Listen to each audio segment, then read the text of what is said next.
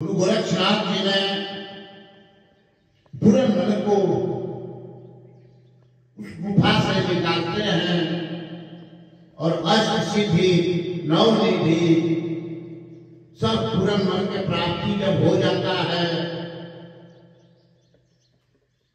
पुरंदर को गोरक्षनाथ जी लेकर चल पड़ते हैं। वहां औघरनाथ बहुत साधु महात्मा थे, अलग मांगने के लिए जाते थे, पुरंदर को साथ में रखते रहते थे। पुरंदर से गुरु गोरक्षनाथ जी को बड़ी प्रेम था, इसलिए कि पुरंदर जल्दी सिद्धि प्राप्ति कर लिया था। जब सिद्धि को प्राप्ति कर लिया था पुरंदर, कोई भी गुरु जो होते हैं खुश हो जाते हैं। चेले के देखने के बाद में जब चेला को एक बार बताया जाता है तो चेला पढ़ जब याद कर लेता है तो गुरु अति प्रसन्न होते हैं। तब गुरु गोरक्षनाथ जी ने पुरंदर को ले जाकर नगरी में जंगल में जाते हैं। जब जंगल में जाते हैं तो औघरनाथ अलग नाथ में जाते थे। कई को साधु महात्मा थे, वो लोग प्रतिदिन अलग नाम के लाते थे।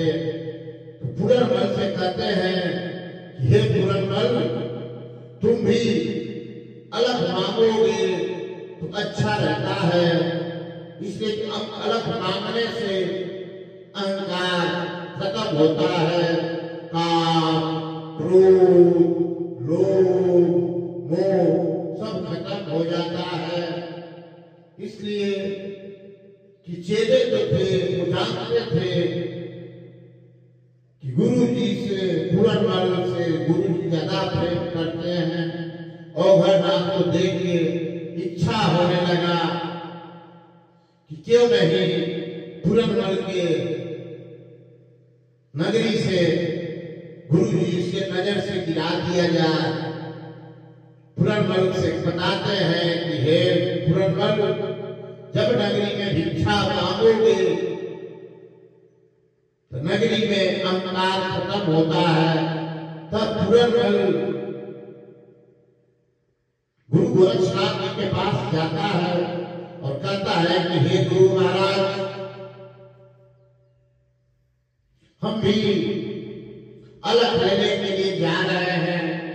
जब हम नगरी में अलग जगाएंगे तो मेरे काम, क्रोध, लोभ सब दूर हो जाएगा। तो पुरंदर राजा के लड़का रहता है, कैसे अलग जगाने के लिए जाता है।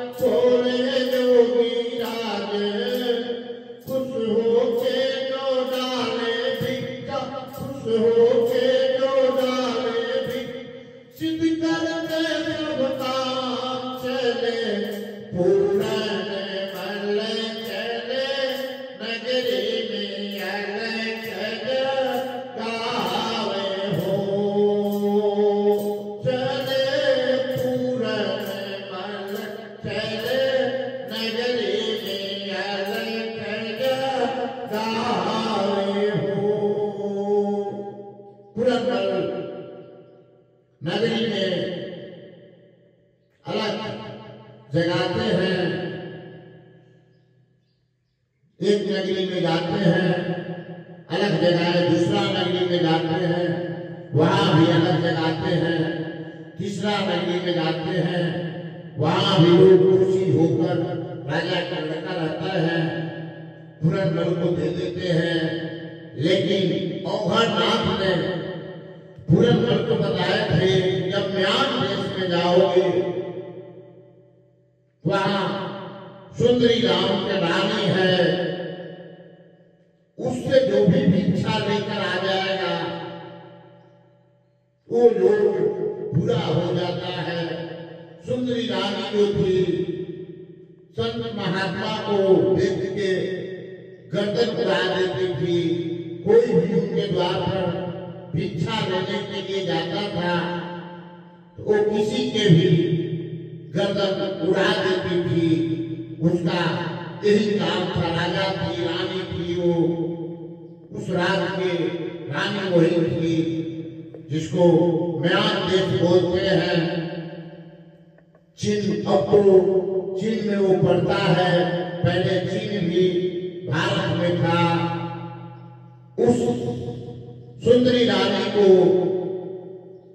पुरंदर के बताया गया था, जाओ पुरंदर, औघड़नाथ में पुरंदर को फेंकते हैं।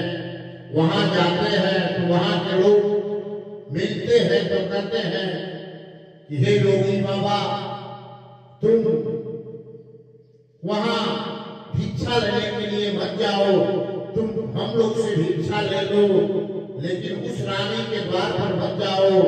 रानी जो है संत महात्मा को गर्दन उड़ा देती है तलवार से काटकर।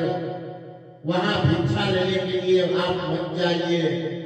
जब वहां आप जाएंगे तो रानी बहुत खतरनाक है। सुंदरी रानी पुरंदर बालहट जानते ही हैं, योगी हट, बालहट, नारी हट और क्रिया हट। योगी हट लगा दिया कि नहीं, हम तो सुंदरी से ही भिक्षा लेने के लिए जाएंगे। वहां जाते हैं, अलग लगाते हैं तो वहां दरबान द्वार पर खड़ा है। दरबान बोलता है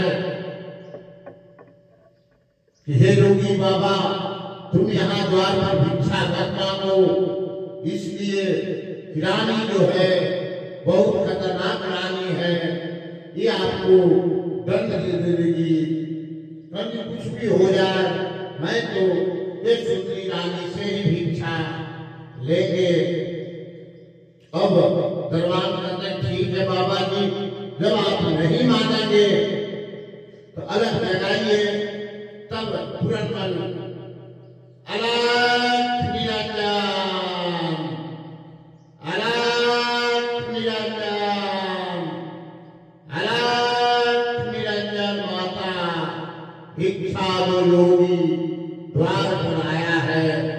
सुंदरी रानी जो थी हंस के देखती है कि कोई एक द्वार पर योगी आया है बना बैठा हुआ, आज उस योगी को मैंने दंड दूंगा। अति प्रसन्न हुई देख के, आज तो बहुत दिन पर योगी आया है भिक्षा मांगने के लिए, उस योगी के आज हम दंड देंगे। उसकी प्रदान था, साधु महात्मा को देखती थी, वो दंड देती थी तो उससे उसकी आत्मा तृप्ति होती थी, अति प्रसन्न हो जाती थी।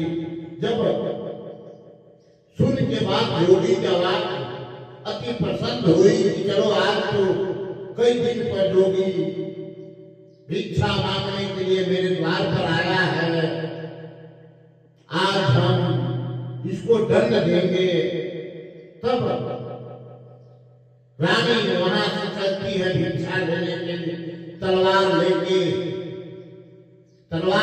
जाती है, देखती है कि पुरंदर एक योगी इतने सुंदर कि कामदेव फिर हो जाएंगे।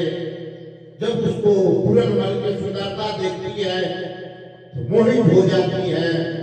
मोहित होने के बाद में कहती है कि हे योगीराज, आप जो इच्छा है आप मुझसे मांग लीजिए, राज पाठ सब कुछ, लेकिन हम आपसे ही शादी करेंगे। तब पुरंदर बोलता है हे माता जी, हम लोग योगी सन्यासी हैं, दाव ब्रह्मचारी हैं, हम लोग शादी विवाह नहीं करते हैं। तब वहां रानी जो थी